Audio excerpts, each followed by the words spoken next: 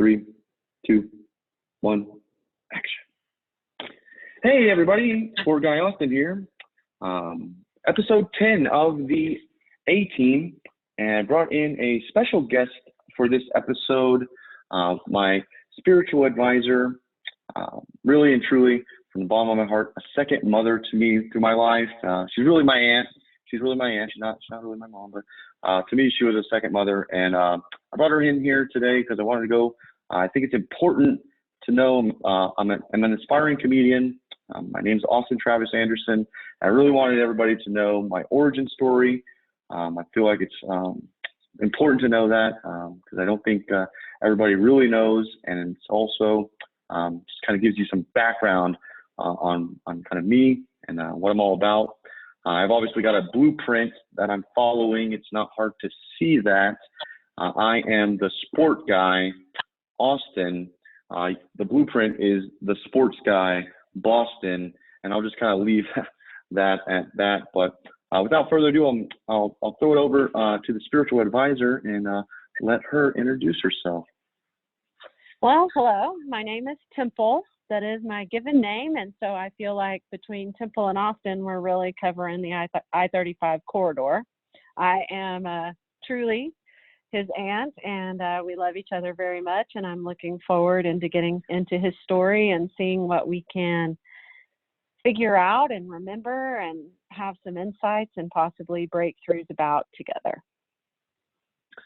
Yeah, I mean, everyone loves a good origin story or an underdog story, and I think that's true. What I've got here, I'm going to share it with everybody, and truly, it's my life up until basically I think it's right up until I start working.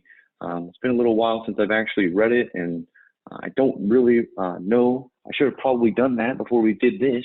Should know what I was going to be reading, but I did write it, so it's there. So without further ado, I titled it, and I was going to ask you this before we jump in, now that I'm looking at it.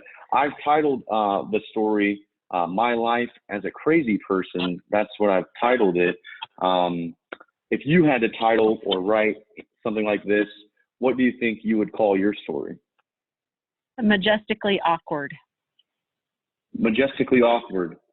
Yep. And it would have a pink flamingo on the cover. Well, that would be you for sure. So. Yep, that's what I would be. All right. No, I mean, it's only 7 pages, so I don't know how long it will go, but I'm going to jump in here. The preface of the story, I guess I should say, is presently I'm in a hospital to treat my mental disorder. 4 days in, and the drugs have begun to take their toll. My brain is slowing to a mere mortal's pace. I should take a step back here to explain how I arrived here in the first place. I have bipolar disease. I had my first manic break in 2016 when my mom was diagnosed with cirrhosis of the liver. I had my life on cruise control, thought everything was awesome. Then my brain broke seeing my mom live in deplorable conditions. It must have been really bad considering I lived in a $200 a month shack in Bastrop. Most people won't take a second look at me when I'm in my depressed state, but when the A train shows up, my manic persona, I get a lot of feedback from my friends and family. I can be exhausting. In this state, I am always right and have a hard time hearing no, especially from my love, my rock, Dominique. I'm one of the lucky ones, though. Most in my position are left to fend for themselves. So that's the preface of the story. That kind of gives you an idea of where I was, actually, literally where I was when I was writing it. Yeah, I just, when I was there in the mental facility, I didn't have anything to do at all. And I was with a bunch of crazy people. And they gave me a notebook at some point, and I was like, well, what do I do with this notebook? And I was like, well, I guess I'll just write my story. And this is what I wrote then. And I guess I was just like, I'll start with my very first memory, the very first thing that I remember. And Well, I that's have a kind of, question. I have yeah, a go ahead. question. If Sure. you had your first manic break in 2016, had you had other episodes, or did you have any inclination, or did this just come out of, because in 2016, how old were you? I'm not great at math. I should know this. It was only About 4 years ago. 3 years ago, because I haven't had my birthday yet. So I was Okay. 32. 32, Okay. I guess. Okay. So had you had But other? no, and that is a really great question by you. Honestly, it really is. I've been bipolar my whole life. I've had this disease my whole life. But up until that point, I had been able to channel my manic energy into sales. And here's a secret: I was like the best salesperson ever. No, I mean, Right. I made a ton of sales. I worked for a bunch of great companies, and in high school they called me Crazy A, and I don't think it was an accident that they were calling me that. So no, I think I. So your Go ahead. highs got really high, but your lows never got really low. I really, I think, I mean, as I look back on things, I mean, I don't really ever feel like I ever got too low. And exactly. I just, like I said, I had my life on cruise control because I was doing awesome. I was doing great. I almost made 6 figures one year. I mean, that's insanity. Insanity. Right. It was a wild ride, and we'll kind of touch on some of the things that happened. I think maybe as we end the program here. So my next question is, what was it about seeing your mother that you think caused such an extreme reaction? Because she had been in not great positions before, and you had been okay with it. So we were estranged, right? I mean, at a certain point, we didn't talk to each other. We never talked to each other. And then one day she asked me to come fix her flat tire. And I was like, well, that's weird. I haven't seen you like in ever, and you're calling me to fix a flat tire, and like you have somebody that could change that tire for you or some, I'm like, but I was like, I guess I could do it because I mean, yeah, sure, whatever. I gotta go change a tire. I'm an expert at changing tires because my uncle Jason taught me how to change tires, so I know how to do it, and I've done it before. So I was like, okay, and I mean, maybe I should have thought more about it, but I really didn't. I really didn't think much about it, and I got there, and I never went inside. I never went inside ever. I couldn't. There's no way I could go inside of the place. She invited me in a few times, and no way I was ever going to go in there. And it broke because it was my mom. It was my mom. It's my mom. That's my mom, and she did her best to take care of me. And the reason I think it broke me was because I, mistakenly and foolishly, maybe it would have been different had I not left her.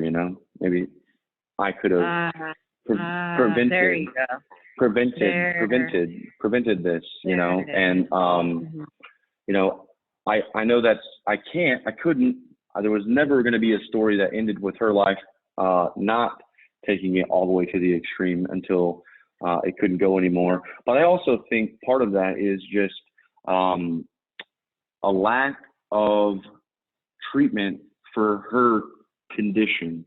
And what I mean by that is, like, she was obviously self-medicating against her disease, and at times she was able to get a medicated regimen that would stabilize her and allow her to live a regular life. But that costs a lot of money, and she didn't have any money or any health care. So what ends up happening is she ends up just drinking until her body literally gives out on her and she can't do it anymore. And so that's where she was at whenever I got there to fix the flat tire. And to set the scene, she was in a trailer, and I had lived in trailers before, so it wasn't like that big of a deal.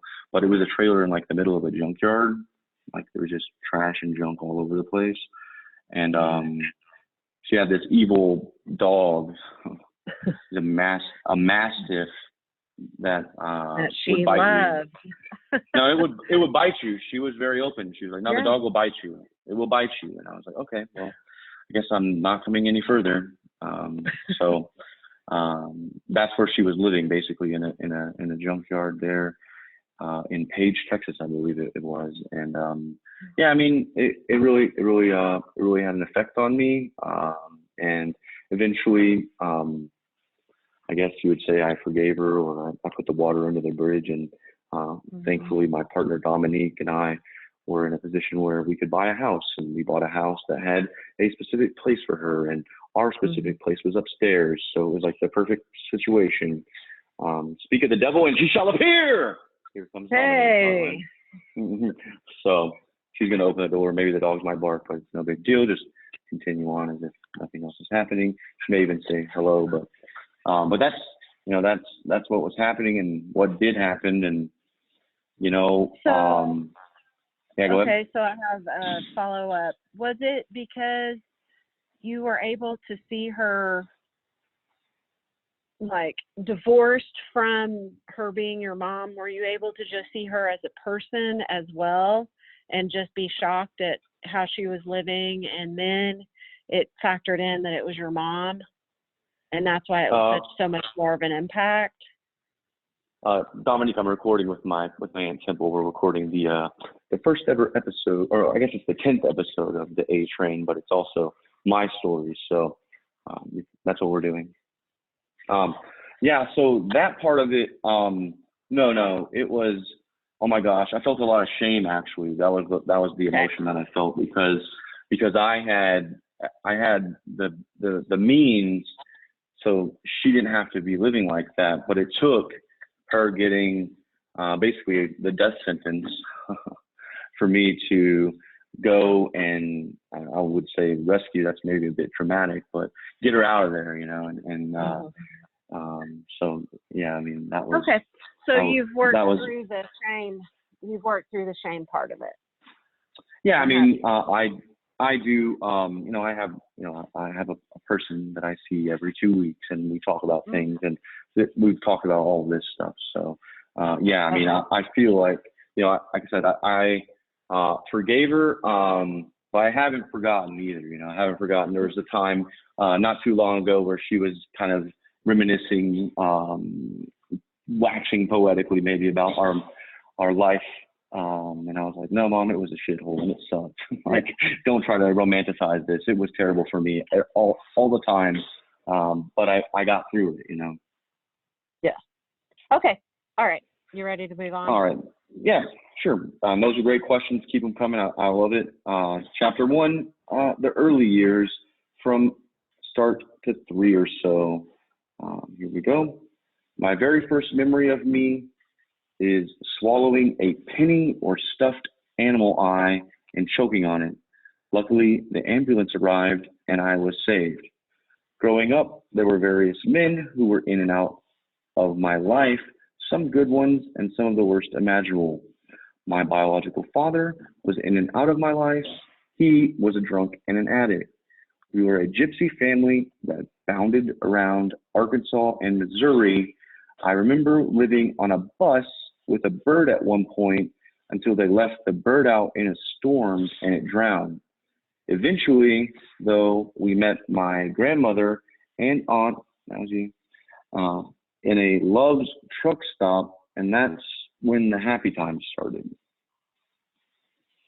So do you want me to fill some of that out for you, or? Yeah, I mean, I'm all ears. I guess it should be noted at some point that I haven't always been Austin Travis Anderson.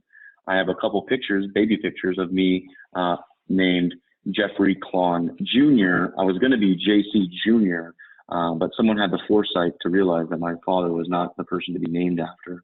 So they were like, no, we're not going to name him that name. But there was a time when I wasn't named Austin Travis Anderson. I was JC Jr. for a few days, and then I got my name changed to Austin Travis Anderson. But yeah, I mean, You were 84 would have put you at what age? I think I was 12 because I was Mhm. 15 when you came back to Texas. I was 15. So I was 12 when you were born. And I And can tell you that you were very loved and your mom and dad were doing the best that they could, and it was not great. I don't know if you know this, but there was about 6 months when you lived with the foster family. And then your mother really got it together and got you back and did everything she needed to do. And that's when they decided to get a new start. And that's when they moved to Missouri, I think. And then that's where you were when y'all were bouncing around for a little while. And then finally, it was about 2 years. And then that's when y'all came back and lived with us in Waco. yeah, You so know that? the foster family thing, I did not know. I did not know.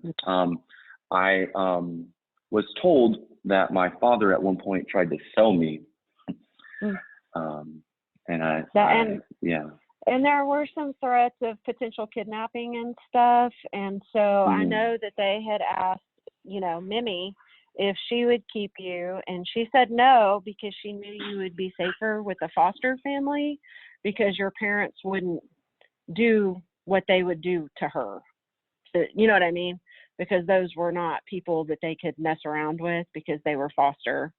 Like the state was involved, all that stuff. So she said no because she knew you would be safer with a foster family kind of in the system. And then, but I Yeah, will say, and your mother, she did what she needed to do to get you back. She did. She really did. yeah, and I don't know if it's in the story or not. I don't remember specifically, but there were times throughout my childhood while we were in Waco, where I guess you would. I mean, I was a child. I guess I would call it brainwashing, kind of, sort of. But she would tell me like, you can't tell people like, X, Y, or Z because they'll take you away from me. And then when the people would come to interview me, I would lie about the things that they were asking me about because I was told that they would take me away from my mom. And so which that happened. And that also sounds very much, of course, like her bipolar. Oh, I mean, her condition is much more extreme. And so that would be, I would say that would definitely be an effect of her bipolar wanting to keep you what she considered safe. Right. And I think about it and wonder, but you never really, I mean, who knows? Obviously the people that were going to buy the baby, who the hell buys a baby? So right. I wouldn't want to go there. Foster stuff I've heard is a nightmare as well. I've only heard. But you were very well taken care of, and it was for a short period. No, I know. I'm just saying in general terms, like you hear bad nightmare stories about the foster system pretty regularly. And if you put the scale together, I've heard the bad and maybe the good doesn't get enough publicity potentially. The scales are probably even. You're taking these children into a foster situation. So, right. Chapter 2, I titled Wacko and Waco, and the outpouring of love that came my way via my aunt and grandmother was something I had not been exposed to. I also met my first friend, Matt. It wasn't all roses, though. My mom and her longtime boyfriend fight physically. I would try to break it up, but I was a mere peon, a pipsqueak, a weakling. Overall, nothing I could do or say would stop the assault. I should also say that my mother is a master of jumping on someone's last nerve until they react, throw booze in the mix, and we have a rumble. This sadly is a common theme throughout our tale. My second friend in Waco was a boy who was just a bit older than me. I was 5, he might have been 8 at the oldest. He had a dirt bike though. He was like a god to me. We would ride around and it was a blast. There are a couple things that ended the Waco era. One being my mama my great-grandmother died. Mhm. The other being my mom's longtime love interest had a heat stroke. Because they never officially married, he went to be taken care of by his sister. Mom was left scrambling to find money to survive. I remember at one point having to pawn the Nintendo for cash. Child Protective Services came to see me at school, and this is where, oh yeah, it was in the story. My mom had trained me to lie to these people because they would take me away from her. Writing that really made me angry. How differently my life would have been if I had just told the truth. For me, the things I look back fondly on from this time were school, reading. I loved both. I was also part of a t-ball team. I was terrible, but I was on the team. All the love that surrounded me from my extended family drove me to give 100%, 100% of the time. One of the more embarrassing incidents happened at my first school play. I was Leif Erikson and had just like one line shitting on Columbus about how I saw America first. Well, Mom and her flavor of the month showed up, wasted. I wanted to die. This behavior will come up again in our story. I think that was second grade, could have been first, hard to remember exactly, but the shame and embarrassment was still living inside of me to this day. So, do you have any good memories of your mom and Marvin? I have some memories of it, and like I said, there were some times that, you know, it was okay. You know, it was okay.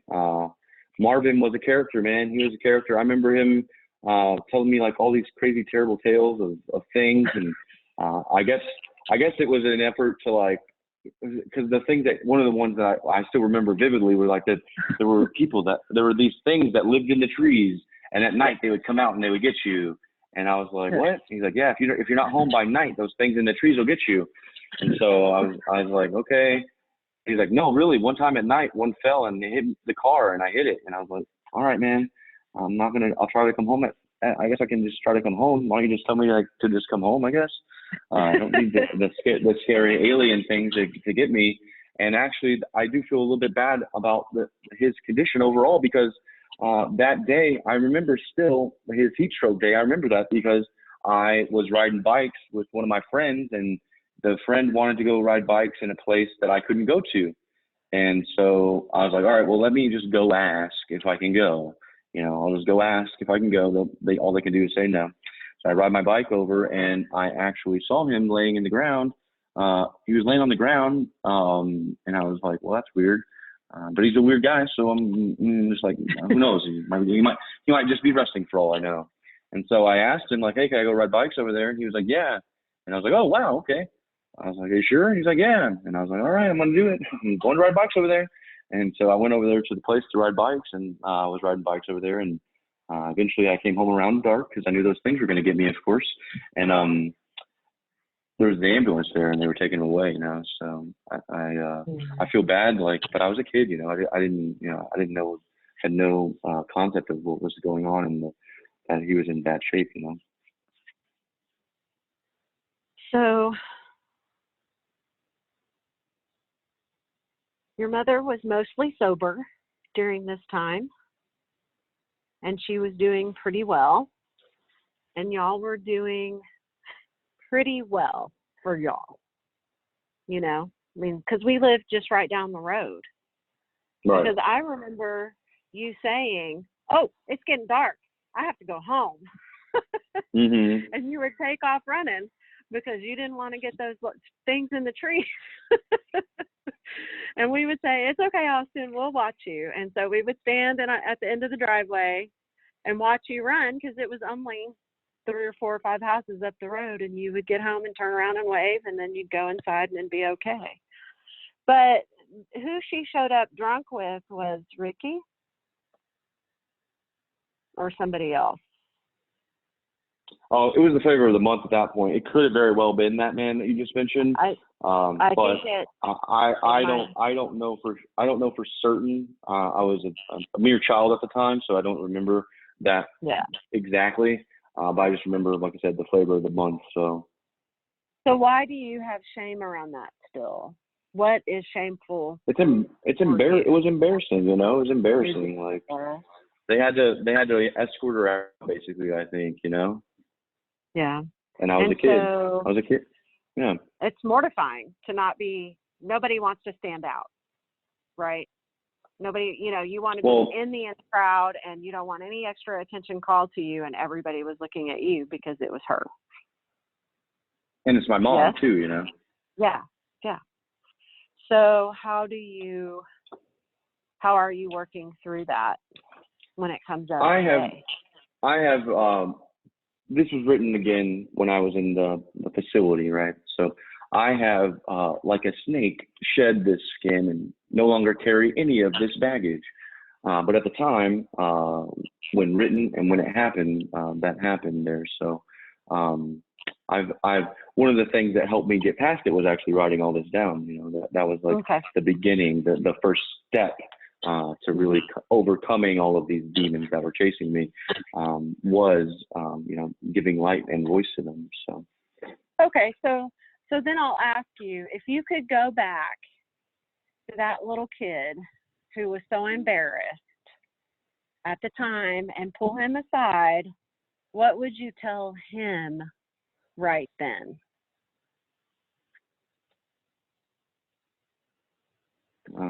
yeah, I mean, I don't know. I really don't. I'll let that one simmer a little bit and maybe marinate on it. But I'm not sure what advice I would give myself at that time. I'm not really sure. You know, that would be helpful. That, you know, I mean, dude, it gets better, but we know it doesn't. Yeah, no. You know, I think if I'm gonna tell them, like, eventually this all shall pass, I guess, you know, this too shall pass, as they say, you know, like that, I guess maybe would be the only thing I could really come up with potentially. Cause I mean, I'll just continue on in the story there. So, chapter 3, Elgin and the Big Surprise. My father decided to pop into my life and play hero. He said he had connections in Elgin and everything would be amazing. It wasn't. The house we were moving into had been condemned. We were staying in the back in a garage storage area. Another family stayed in the main house. Things were going well, though I was always on the honor roll. Started making friends, played Little League Baseball again. I was terrible at baseball, but I loved being on the team. Eventually, like always, my dad was in the wind. We ended up renting a trailer on some land. My mom's boyfriend at the time was scum of the earth. This type that if ever our paths should cross in this life, I'm not sure what I would do. The only person on this earth that I truly hated, his name is Ricky. One night, he got to hitting on my mom, and I tried to get him off. He slung me down. We went back to hammering on mom. I take up off the road to the landlord's trailer, tell them to call 911. He's beating on my mom. The cops finally get there. My mom is outside swearing he left. I called BS. I went to my room where I had built a bed with a lift so I could play in a fort underneath the bed. Basically, my bed was on concrete blocks and I had a little fort to play in. I peeled the sheet back to see him lying there. He put a finger over his mouth and told me to shh. I nodded in agreement and slowly back to the door. Now there is nowhere for him to run. I have him trapped and I yell, "He's in here! He's in here!" They took him away, but he was back like nothing happened within a week. At a certain point, though, my mom got sick or had to go to rehab in the middle of second grade it would have been. No, it was third grade.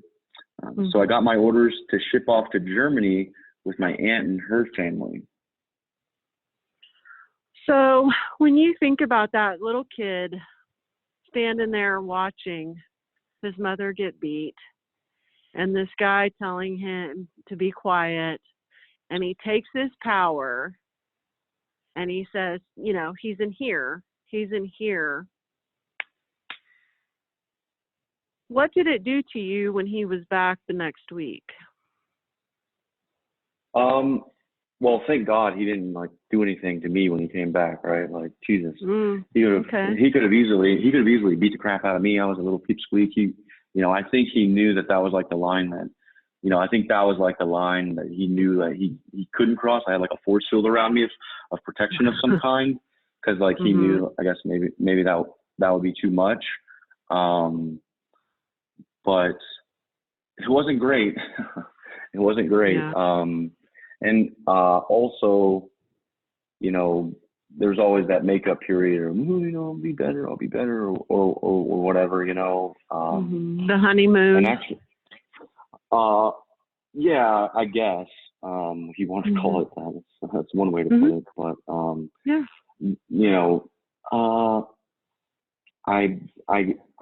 I don't know. I actually one time, again, I'll just continue with this story. Chapter 4, the German experience.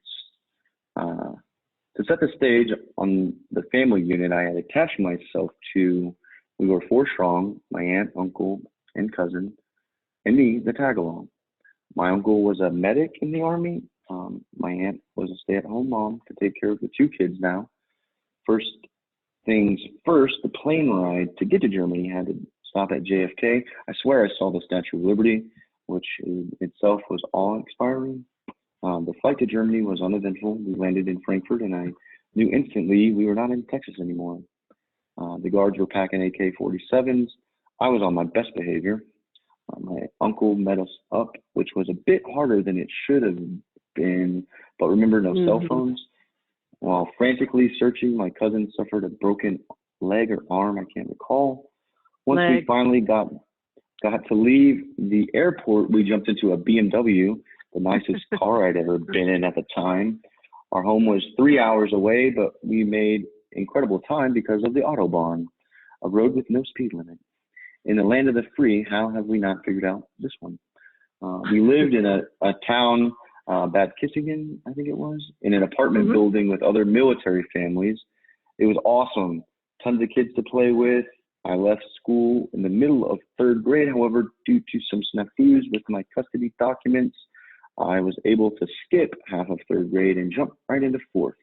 The only downside to missing that period in school, I never learned cursive handwriting. I can't sign my name. I treat signatures how they were in olden times and just make my mark. Anyone who signs my name is a dead giveaway fraudster. Sorry, got off on a tangent.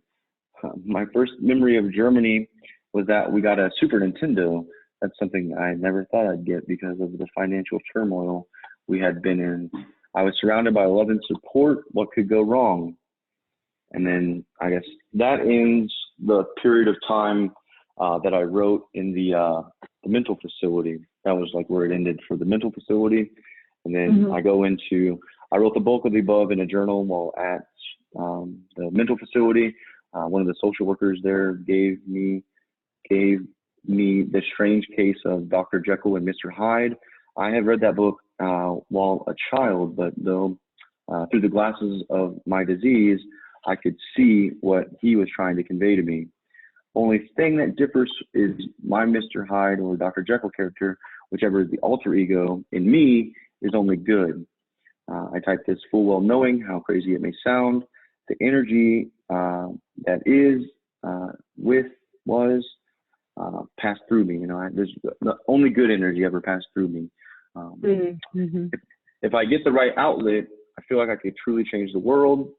I posted on Facebook, and I do mean in all sincerity. I'm going to start with myself. I reached out to the people, who do TED Talks and openly about my disease and from my childhood to 2016. Officially, I was normal, but as a boy, they would say I had ADD or ADHD, whichever was the phrase at the time. My crazy mother told them I was okay. I often wondered if I had taken pills then for ADD or ADHD at my young age, what would have happened. No doctor will give me Adderall now. 2016, when I had my first manic break and I was diagnosed bipolar, Prior to that, I was normal. Living in Germany was so awesome, except for winter. It was cold as fuck. I remember the first shock to me seeing snow and being told that school was scheduled as normal. That was a fierce walk, but I had a ton of friends, so we all just toughed it out together. When we could, we would slide down to the icy playscape and have some intense snowball fights. Another thing that I loved about Germany was in the bowling alley, they had slot machines. I would sneak in and play until they would kick me out. I was 9 or 10 tops. I also played baseball and soccer. I was good at soccer, still stunk at baseball. I should also mention that girls were on the radar. Things in Germany, too, were normal until I acted out in bad ways. Like that kid said, though, it's fun to do bad things with your friends. At that age, my bipolar disorder was probably chalked up to boys being boys. Eventually, some police were called, military police, the worst kind of police for military family. I was slacking on getting the trash disposed of properly. My feeble defense was that there are always bees by the recycling. You better do it their way or watch out. I just threw everything together in one trash can. Wrong. The spanking was with a hairbrush, and it was the first time my aunt was laying the fastball. Stupid me says, I'm done with fourth grade. Can I move back in with my mom? The answer was yes, unfortunately. So I guess I have some background stories that aren't here in the story that I should share to give a little bit more context on my life with my mom. I would see her smoking cigarettes and the other adults smoking cigarettes, and I would bum cigarettes off of her. And she would give them to me. And eventually she got tired of me bumming the cigarettes off of her, and she just gave me a pack of cigarettes. So now I have a pack of cigarettes this is all sub 10, right? I'm sub 10. I don't know the exact age and things. I remember taking the cigarettes to school and getting in trouble. And I was like, wait a second, my mom gave these to me. What do you mean I can't do it? That doesn't make any sense. At the age of 10, she gives me a bottle of Wild Turkey. And I put that in my drawer, and I never drank it because I could see what the booze was doing to everybody else. And I knew that it was bad, and I did not need that. It was terrible. But that's just my life. So when you were in Germany, you really did not act out with the ADD stuff. So my question to you is, how much of that do you think was just you crying out for someone to notice when you were in I'm not Texas? sure. There was an incident though where I got in trouble with some other boy. I don't remember his name or anything, but I do remember we were throwing rocks at a window in some storage type unit or some sort.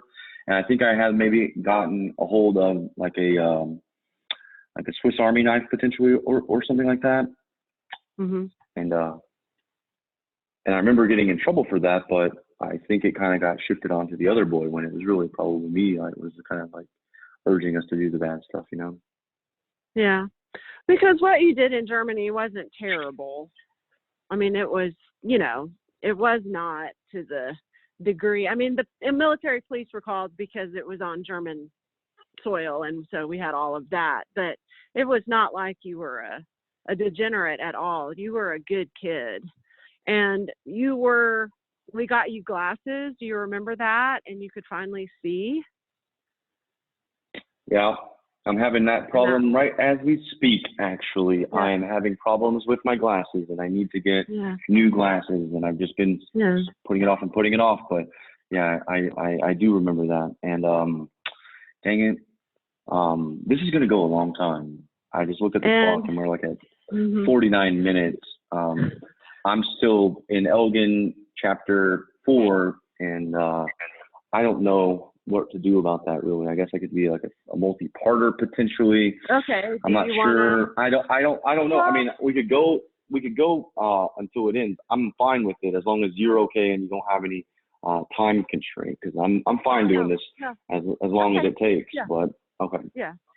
All right. So my thing is, though, when you lived with us, We were really normal, but you were 8, 9, 10, and you have to remember I was 21, you know, Yep. and Sure. so we were happy to have you and we loved you. And I was very sad when you went home, but your mother was sober and you were really homesick. And I think that you had forgotten some of it because you were so young. You know, I mean, that's No, completely understandable. And so we let you go very, very reluctantly. And I my just want you to mother, know that. my mother pleaded, my mother was Yeah, giving it to me, of course. I She's like, know. come on, I come on, come know. on, and, again, I'm not, I guess brainwash is probably the wrong word, but it's just, that bond between mother and son, Well, no matter and then, how, yes, dysfunctional, it yes. exists. And so when she was like And saying things like, she wanted me to come home and she, was sad and I wasn't there and things, it planted the seed that I could leave, when I otherwise wouldn't have thought about leaving, because it was so awesome. And, but eventually, yeah. also I think that she thought if you came home that would help her, and that's Hmm. not, she was being selfish. She should have Hmm. been looking out for you, and you were much better in Germany. I mean, you did have a great group of friends and you were doing well in school and you were mostly happy. I mean, you were a happy kid, and you weren't, I think some of that acting out was, you were not, when you were with us, you didn't do all that. You were very well behaved and you weren't meek, but do you remember that you tiptoed? Yeah, and I don't know where that came from or why that existed, but actually, now that I'm thinking about it, we went to a doctor to see, and Mhm. I still walk with a light foot, I would say, and I think the reason now that I'm So, thinking about it that I tiptoed is because I never wanted to be noticed when I was in those trailers. yes, I didn't want anybody to that is know what, what I was doing. I would just tiptoe around so I didn't make any sound. I did not yep, want to ever encounter those people that lived with me, yep. That's what and they that was told me. really. They said children that are in stressful situations tiptoe. And so remember we would go out on in our stairwell and you would stand and drop your feet to stretch your Well, tendon and you I hated don't it. know. Yeah, I don't know because I remember they said like I had my Achilles were affected or something. Yeah, they were That's what they came up contracted. with. That's what they Mhm. came up with, and I think I could have been a monster, and maybe I'm talking about physically. Like physically, I think I could have been like maybe I did have the genes to be an athlete potentially, but when Yeah. you smoke cigarettes at my age, Yeah. that probably doesn't do good for you. Another little background story that isn't in this tale. When I was at the lake one time with my mother, we were out, maybe Lake Travis or something like that, and I was hot and thirsty, and there was nothing to drink for a child. I guess they didn't think about anything for us to drink, and so I asked my mother for something to drink, and she had something that was in like a paper bag, and she's like, "Here, you can have some of this." And I was like, I looked reluctantly at the bag, and she was like, "No, it's Kool-Aid." And I was like, "Man, I know what Kool-Aid is. I've had Kool-Aid. That doesn't look like Kool-Aid." And she gave it to me. It's my mom, right? So okay, I'm gonna go for it. And I took a sip, and it was Boone's Farm strawberry wine, Yeah. and I had a sip, and the alcohol, obviously has an effect on you. And here's where I'll have to give myself a real thorough look at it. I didn't just have one sip, like after I had a sip, I was like, hey, that's actually pretty good. And I had multiple sips of the Kool-Aid because she had told me it was Kool-Aid. And so Yeah. I end up getting on a raft of some kind, like one that you float on, not like floaties. And I don't know how to swim. And I'm on this raft, Mhm. and some vixen, some girl comes along and starts pushing me away from the shore. And I'm panicking slightly because I don't know how to swim and I don't know why she's doing this. And eventually we get out to a spot and she's like, jump off. And I'm like, no, I don't know how to swim. I'm not jumping off. And she says it again, but this time she really means it. And she says, jump off. And I do. I jump off. And I'm flailing and flailing and flailing. I can't swim. I can't swim. I can't swim. Trying to grab the floaty. My mother, to her credit, dives in and saves me from drowning. Otherwise, I would have just drowned there because I didn't know how to swim and I just jumped off. Now, I don't know if that's the power of alcohol making you dumb things or the power of women making you dumb things. Maybe it's a little combination of maybe it's a little combination of both. When you have alcohol and a woman, you do dumb things.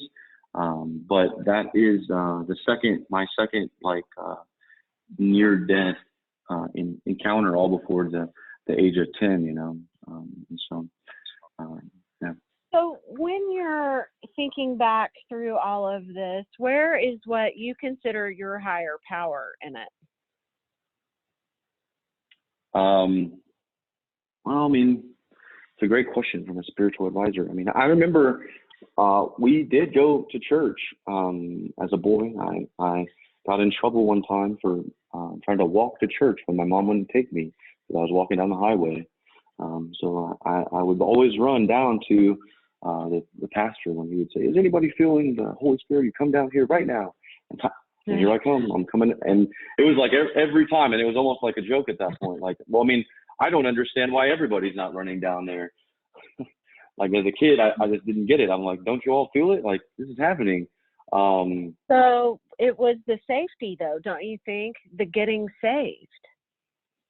That you needed that affirmation over and over and over again. If anybody needed saving, it was this kid in this situation. Why isn't any adult stepping in, taking him away? Hello, I'm telling you I need to be saved. Like literally, I'm telling you, like, save me, please save me. Somebody, is anybody going to save me? So do you feel that whoever your higher power is was with you in all of these hard times? I mean, I never really thought of it, honestly. I never really was like, oh, well, hey, I have this buddy with me that's protecting me, But something was definitely, like I said, I had that force field of something to keep that evil man from beating on me when he came back from jail, or doing anything terrible to me at any time. Like he could have at any time just, really, really given it to me, but he never did. Did you pray? Did you? As a kid, I never really did. I never really, in my current life, I'm not going to church. I for whatever it's worth, I don't like it. I don't like what I see when I look at church, how fragmented and fractured it is. I guess, what is it, 2020 now? That gives you a lot of time to evolve and change from what it was originally designed for. And I think it's kind of been bastardized. And for me, I don't need that. But that's what I'm saying. What is your higher power? As your spiritual guide, I'm asking you, do you have a higher power? Whatever. I believe that there are tons of higher powers that are bigger than me out there that exist in this world. Ton of them. But I guess I wear a Buddhist necklace around my neck, a Buddha around that. I wear that around my neck, and I just think that I'm going to go and do everything that I can. Like I said, start with the man in the mirror. That's all I'm doing here is just changing myself, and hopefully, that's all I can really control anyway. So, in terms of religion or religious things, I believe, and I am at one point in my life, I was a believer, and we'll get into some of that further in the story. But I guess I'll go to chapter 4 here, where we go to Elgin part 2, the remix. Still a shitty hick town, mostly known for hot sausage. Mom had found a decent guy for the most part. he wasn't the type to get drunk and beat you, but verbally he had a pretty harsh tongue. Hey, Dominic, can you bring me a charger? We lived in a trailer for the first time in my life. My sister and boyfriend and maybe even my niece also were living with us. Fifth grade at Elgin Elementary. Miss Page was the teacher. She made us do weird eye exercises and different stretching routines. I think that is when I joined the chess club. Nerd alert. I couldn't ever really master that game, but know how the pieces move, and took the guy who sat next to me at work down. He was previously undefeated in the office. Lost my place in the story, of course. Taking a moment here to segue into what's happening in my life today, I am gearing up to go back into the office tomorrow, feeling anxious, tiny bit nervous. I know I'm fine. I'm taking my medication as prescribed. I was doing that when I was hospitalized, so can I trust my own judgment? They have 4x'd the amount of meds I am taking daily. This diagnosis is only 2.5 years, but I've been fighting my brain my whole life. That's what made this particular hospitalization so hard. I was on medicine and trying my best, and that it wasn't good enough. What if I'm just not enough? I tried my hardest, and at rock bottom, barely scraping by. It's not an unfamiliar feeling, but I had been on cruise control. Losing my job in 2018 was a huge setback, and I was only out of work 4 months. Just didn't curb my spending and depleted all my cash reserves. I have my job, thankfully, but it seems as if they're going to put some sort of restrictions on me, which will be interesting. Curious how they're going to handle the whole thing. I dominated 4th, 5th, and 6th grade, all kinds of honor rolls, little league. Things in the trailer were good from my viewpoint, and they began building a house for us to live in. My one chore throughout my life, God dang it, why does that keep happening? Every time I try to scroll down, it like jumps up to another part. So every time chore throughout my life has always been, to this date, is to take out the trash. I was trying to figure out what happened to make us move, but I guess mom and the longtime boyfriend just broke up. Can't place anything on it though. Hey, Dominique, can you bring me the charger? Dang it, she's not hearing me. Chapter 6, Bastrop years. Hang on. Oh, okay. Hang on. I think we just kind of wanted to fly by the what if I'm just not enough. I think you need to maybe sit there for a minute. Do you still feel like that, or was this just in the... Like I said, I want to be clear, all of this stuff I wrote, and, you know, I hadn't yet, like I said, like a snake, I shedded this skin that I had, all this stuff. Now I don't have any of the same things. I guess what you would say, I'm cured or whatever. But no, I mean, seriously, at one point I just kind of had a reset where I just like literally got rid of all the baggage that I was carrying around, and it's all gone. It's everything that I had here, and at any point in my life, I was able to shed it, and it was a transformational process. Literally, I transformed. I now have this whole platform, this whole thing that I'm doing with the blueprint, and so no, I mean, I don't feel that way now, but I still struggle with it. Sure, I mean, I think it's just human nature to just So was a lot? I have 2 questions for you. Was a lot of your identity wrapped up in your job? Oh, definitely. God, it's too much. Definitely too much. And some of it is also coin. You know, the amount of money. So So you had to figure out who you were at your core, as opposed to what you did, and so you. Dominic! Can you bring me the charger, please? Yeah, I mean, yes, I had to do a lot of soul searching. I'm still doing a lot of soul searching. I need the whole thing, please, because I need to plug it in. Thank you. And so, yeah, I'm still struggling with it up until this point. I'm working a job that I think I've turned the corner on. I think I've kind of figured that out at work, but it took them basically saying, "Hey, we're going to fire you if you don't do this. Like, you got to get fired. You're going to get fired." Like literally, I've never in my life in sales been told that, and so I flipped the switch, I guess, sort of turned the corner, whatever little cliche you want to do, and things have been going well since they did that. But it's still up in the air, I guess. Until further notice, I could be fired. So.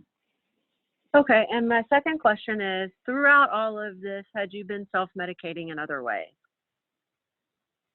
So, in my adult life or as a child? Because as a child, yeah, oh my God, have I been self-medicating? Yes, I've done it all, the whole roller coaster, everything you could think of, all of the things that you could do. I've done them except for one that was on the no-go list that I just stayed away from forever. So if you want me to be specific, I learned not to smoke cigarettes at a very early age. They told me that, and it stuck. I never picked up smoking cigarettes ever. That was ingrained in me that they were bad and not to do them. So I didn't ever do that as an adult, and still don't. And I find those people who do that, I try to tell them if I care about them to stop doing it, because I'm watching the people that I love are dying because they didn't take care of themselves in that way. And so I didn't smoke cigarettes around college age. I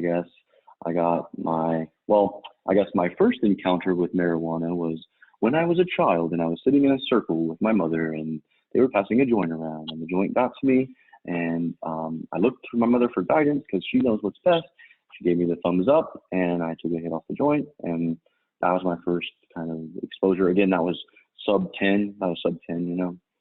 And so that was my first exposure. But my real true run in with it was around college age or so, and I tried it with my good friend, my right hand man. We did some, and it was awesome. It was awesome. And then my real true pothead stage started when I moved in with a roommate at one point. And then I was like, well, I guess I could just buy this all the time and just smoke it. It's awesome. And I did. And self-medicating, yes, definitely. And this is where it gets interesting, because like at a certain point I had a roommate and he was like, let's do some cocaine. And I was like, well, I had never done cocaine. I didn't necessarily really want to, but he seemed pretty sure about it. Like he had some experience with it. And so we were at a gentleman's club, and I made it my mission to find us the cocaine. like I had never done this. How am I gonna be the one? He told me to go get it. Like, you know how to get it. You've gotten it before. I've never done it. Why are you telling me to do it? So mission accomplished. We run into a man who has some, and we didn't get it that particular night, but the next day we meet him up at some particular shopping mall. And I guess because I was the one who initiated the transaction, I had to be the one that closed the deal. Of course, I couldn't send my friend who knows what's going on to do it. I have to go do it. So I meet this man in the bathroom to get the drugs, and he gives me the drugs. And I had never done it before, like I had mentioned. And he didn't make me do, like, he wasn't like, you have to do something to get this. He did this in a later time with another person, but he didn't do that. Just a little smidge got on my fingers somehow in the transportation, and I tried, and it like hit my tongue, and that was all she wrote. And that was like, I was hooked. Yeah. So so what did you like better, the stuff that slowed you down or the stuff that sped you up? Well, I think a lot of the cocaine phase was just due to the people that I was hanging out with at the time. They were into it, and I just kind of went along with it. Okay. After, but now that I look back on now that I just kind of replay this, like everything that happened up until this, that was not the only time that I ever really did it. And maybe, you know, as you were saying, self-medicating potentially, maybe the times that I went into that phase, I was getting into like kind of my depressed state, and then I would try to fight my way out of it with the uppers. You know, but potentially, I know there was one specific time when I was working, and it was right before I got fired, you know, in 2018, and work was just such a terrible place that I was doing it in the bathrooms there, trying to make work better, you know, because this man who was in my life and just making my life miserable, and it is the one who eventually ends up firing me. I was just like, I gotta try to figure out how to make it better, you know, and that was the answer that I went with, and it didn't work. I ended up getting fired. So now I have a follow-up. Having seen your mother and all of the people and all of the havoc that was caused by drugs and drinking and all of that, why were you still willing to do it? And were you worried about addiction? Because surely by this point you knew that your mother was an addict. And so did you think that you could overcome it? Well, I mean, as you know, I was functioning. I was functioning. Yeah. I was going to work every day. I was doing what I had to do, and that's how I rationalized the behavior, you know. I mean, as long as I just keep going to work every day, nothing bad can happen. It's not a problem. Now looking back, can you see that it was? Well, I mean, or do you think it was? It was definitely a financial burden that I look back on, and I realized how much money that I just, you know, set on fire with drugs and alcohol. And how much money that part of it I can see. And also, I mean, I guess to a certain point, you know, I guess it should be noted that our relationship was non-existent at the time. I didn't have a spiritual advisor, you know, I didn't have a person like that. Yeah, I was, you were not I guess I was, you were not keen on a relationship. It was a weird thing that happened, and I was kind of, I guess maybe you would call it like a rebellious mode, maybe potentially. Yeah. Where I was just, I'm gonna just do whatever, you know. So, yeah. Well, and the reason I ask is because your mother, we all knew come May, she was going to go crazy because that was her manic time in the summer. And so your mother would do lots of uppers in the winter because she was down, and then she would be very up in the summer, and so she would do lots of downers, and we knew, and she was self-medicating. So I was thinking about when you were writing this and you had your break and all of that, when they had to increase your medication so much, you had been doing a lot of it with the self-medicating, right? Don't you think, or no? Like I said, I don't look at it like that because it's hard for me. I don't see myself, except in the case of 2018, where I was in it's a terrible work situation, and I was literally just doing cocaine in the bathrooms because I was like, I gotta get up, I gotta figure out how to get up. This guy, he's riding me. I don't know why this is happening to me right now. I'm doing what everyone else is doing, but he just won't stop. And I thought maybe that would help me, and it didn't. But and maybe it's one of the reasons why I got fired, potentially. But it never really came up. So I just think people are oblivious that anything like that really happens. I think right now in my current life in 2020, I have found the balance that you crave, or you know, I'm taking my medication as prescribed. I go see my doctor, and everything is good on that front. And like, I know my mother never found that balance, and she was always looking and searching for it. And she just decided that she was just going to drink herself, and that's what she needed, and that's the substance that ultimately was her demise, clearly. But she was always searching for that balance, and right.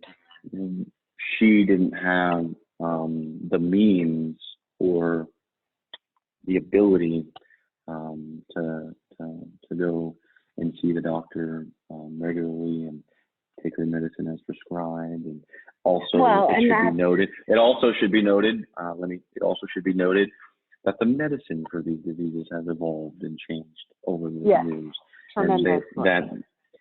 And that the things that are out now are not what you got back in 94 or 84 or 56 or whenever she, because she had it her whole life too. So. So you were able to just walk away from the cocaine? Yeah. It didn't grip my life and continue to rule me or anything. That's good. Because you know who you come from. So, you always need to be mindful that you come from two addicts. Yeah. Yeah. Okay. Are you ready to move on? Sure. We went to Bastrop. That's chapter 6, the Bastrop years. In terms of places to live, this would be on the lowest rungs of homes in my life. $200 a month shack. I had mentioned that before. Getting picked up and dropped off for the school bus and getting teased because I lived in a shack. It was ruthless. I just denied it and said I lived in the nicer house that was next door. Painfully obvious that I was in fact shack boy. This was 7th grade. I finally got to play football. I was terrible. Played cornerback and they never passed at that age. It was my right field equivalent for baseball. Oh shit, someone hit it to Anderson. I swear I heard the coach say that as a pop-up was in the air. Oh shit, someone hit it to Anderson. I dropped it or misread it and lost it in the sun. I was terrible at sports. I picked up basketball and never went back to football. As far as life in the shack was concerned, I had the place to myself mainly. Mom worked nights and should be applauded during this time as sober until she isn't, which isn't just yet in our journey. She was in AA, hardcore, working the steps. Her steady man was actually someone she met in AA. Nice enough guy, taught me some tricks in the chest now that I think about it. Took me out fishing one time at Port A. We've been out to do some oil rig, and I just threw up the whole time. The one time that I did hook anything, they had me. I busted a line, of course. He had 3 daughters, but we never got close to commingling families. I can think of only one pizza trip where all the kids hung out. School was still my refuge, anything to be out of the track. I tried my best at basketball, but I didn't get my final growth spurt until summer of my 9th grade, going into 10th, maybe. I was much better eventually, but it also helped that me and my friend played one summer on a court in a trailer park in Doe Valley, so I had some moves. Didn't matter. It was 10th grade, and I was already cast as the manager. I was happy to be the manager. I got to go to the games, but didn't have to do all the hard work of being good at basketball. Plus, anyone who knows me, I'm no athlete. I was, however, at one point able to make it through Army basic training and advanced individual training to boot. This Bastrop phase was overall a happy time of my life, 7th, 8th, 9th, and 10th grade. In middle school, I took up choir by my mom's encouraging. She never really cried too much at the school, but she insisted that I be in choir. I loved it. I guess singing at church or something, but I love to sing. I ruined my voice by screaming and smoking, but at one point as a freshman, they were going to let me into the highest level of choir. Ended up not working out, so I had to do men's choir as a freshman, but that's where I found my crew of buddies. We were a roller skate hockey crew. We were wrestling nerds. One time I got a concussion in choir class, no less, because I got a stone cold stunner. Thanks, Mom. Seriously, though, choir was my thing. I can sing.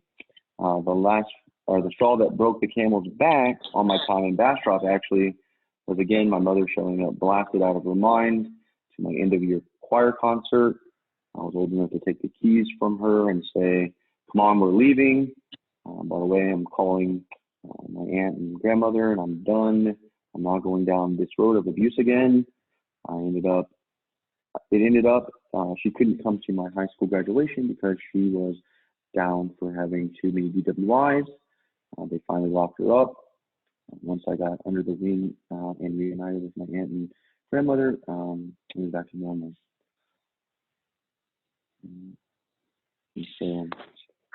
So when you list all of that trauma,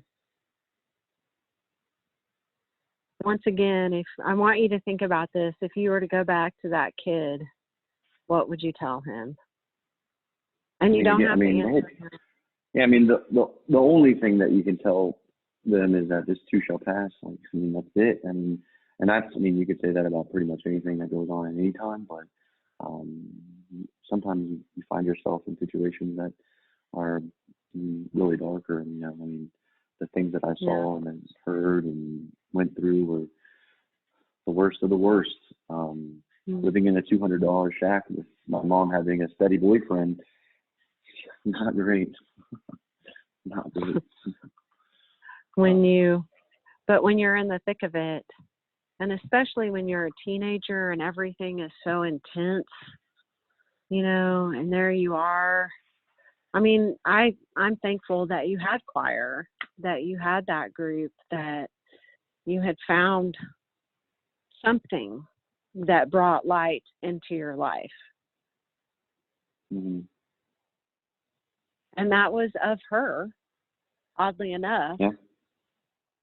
So I'm just, so grateful that you had that. And she was sober until she wasn't. Mm-hmm. And that's why she worked nights. She was doing her self-care because she knew if she worked at nights, she couldn't go to the bars and stuff. So she was doing what she needed to do to stay sober. Mm-hmm. But can a teenager understand that? No, and I mean, it was, it wasn't always great, but I actually kind of, I really enjoyed being, home alone. Not having my crazy mother was better. Yeah. So, stuff, man. Yep. And so, chapter 7 was Liberty Hill. It was a one flashing light type of town. For real, it maybe had 3 to 5 traffic lights for the whole city. How we came to even know its existence is still kind of a mystery to me, but my grandmother bought a church, and with it came a house. It had 2 different bathrooms. That was amazing to me at the time. 2 showers in one house. No way. I was living in a $200 shack prior to moving to Upgrade. First period in school, day 1, Austin Anderson called by the teacher in homeroom. "Oh, we're going to kill him," some doc says in the corner. I immediately reply, "Here." I thought this tiny school, surely I can make a basketball squad, right? Quit day 1 when the coach said practice isn't over until someone quits. And we weren't touching a basketball for 6 weeks. I quit right there. Lost me. Not a workout warrior, just wanted the ball.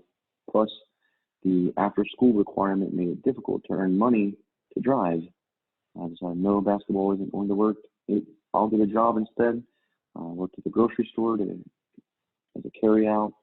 Never made it past that position because I had a crush on the girl, and we took some long breaks together. I didn't score or anything. We just talked a lot, and total friend zone, actually. But it was my first taste of defeat work-wise. In terms of jobs from there, I went from Mr. Gaddy's because one of my managers liked me and working there and said he could get me on. I loved the pizza biz. I always loved working at Mr. Gaddy's. Surely at Liberty Hill, it was a tad tougher. Or school at Liberty Hill was a tad tougher than Bastrop. I kind of tuned out of math and science at pre-calculus and chemistry. I used my friends to pass by the skin of my teeth. One teacher actually let us use open notes and I would actually get someone to write all the answers down and just give them to me in the hallway. And I used those for my notes. He never checked. I didn't ever score over 85. That math I could do. This story continues. I'm writing in a journal from and transposing those into stories. If you've made it this far, if you consider donating to the PayPal, Venmo. I never thought of self-harm in any of my battles of my illness until this day. It was a simple thought too. If I have to endure this pain for the remainder of my life, why not just end it? I want everyone who's reading this to know I would never harm myself, but I did have that battle and initial thought this morning, which was a new one for me. The pain is also real. I'm feeling hanging on by a thread at my jaw. My relationship is, and my relationship. And top it off, Mom is recovering from a stroke and is slated to come home today, March 1st, 2018. The old saying, "He won't give you more than you can handle," is really getting pushed. That's for sure. I now understand. We're going to stop right there. Wait, we're going to stop right there because that old saying, "He won't give you more than you can handle," is one of my biggest pet peeves. That is not what it says. Because if we have always more than we can handle, because if we could handle it all, then we wouldn't need a higher power. So we are always in need. Well, a lot of things have been changed and transmorphed from those different texts. Yeah. So maybe but I just maybe want you're that right. out Maybe there for the world to hear. That is one of my biggest. No one's gonna actually listen to this, It should well, be noted. And if they do, they will know I strongly feel this way. We're just doing some self-care here. No one's actually going to listen to this recording. So, but now I understand writer's block. I'm back. Mom's doing much better. I did lose that job though, so that is a setback that I'm working on. I'm thinking of taking April off to help Mom and visit with some family and old friends that I've lost contact with and have been influential in my life. Putting lists together now. It'll be hard to leave Mom though. So figuring that situation out is also on the docket. I have a notebook full of money-making ideas that one of the financial wizards gave me. It has 70 pages. I think if I fill each page up by the end of it, things will work out. I'm taking my medicine currently, but without insurance now, I'm not sure I'm going to pay for them. My goods seem to shrink if I can't get the pills he's dealing out. Yesterday was one of the best days ever, and I only left the house for minor errands. I landed another dream job. This time I get to work for my best friend and they're their own company. I'm the vice president of business development and sales and marketing for a real estate company. This is going to be a fun ride. I'm not quite sure. Going through this document, but if you read this far, I think it's working. We talk about mental health awareness and what does that mean for me. This is a way to express my feelings to the ones I love, like a diary, but you share instead of holding on to those feelings and hiding them. It's free. Create your own and let some people that you love and trust who may not even know that you love and trust them. This is the real me. Instead of sharing a picture or a funny clip, why not share the whole story as you see it? It's easier to write feelings sometimes than say them out loud. If we started this with children, imagine the impact. Could we prevent some bad things from happening by finding them out? Someone's being bullied, and do we really think the kids who are really being the bullies want to be bullies? Anyway, I think I'm onto something with this. We have a name for it. Sheet of trust is the first thing that came to mind, but I'm open to suggestions.